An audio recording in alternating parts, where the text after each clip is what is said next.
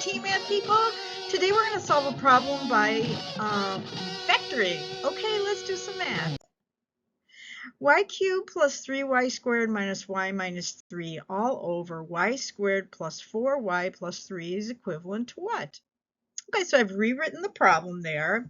And let's look at the top first. We're gonna tackle that first, and we're going to factor that by grouping. So I'll show you how to do that. The first two terms we're going to factor out a y squared, and we're left with y plus 3.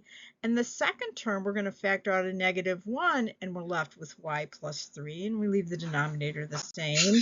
And so you can see now that we're going to pull out that y plus 3, and we're left with y squared minus 1 in the numerator, and left the denominator the same. Now, looking at the yellow, y squared minus 1 is the difference of two squares. So we're going to factor that out as well. A squared minus b squared is a plus b times a minus b.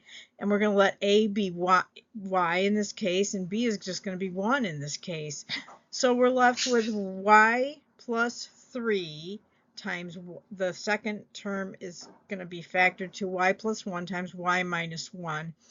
And now, looking at the blue, we're going to factor the denominator, and we're going to find two numbers that add up to 4, and those same two numbers need to be multiplied together by, and when you multiply them together, you get 3. So the answer is 3 and 1. 3 plus 1 is 4. 3 times 1 is 3. So we can do that. We have the numerator, y plus 3 times y plus 1 times y minus 1. And now the denominator is going to be y plus 3 times y plus 1.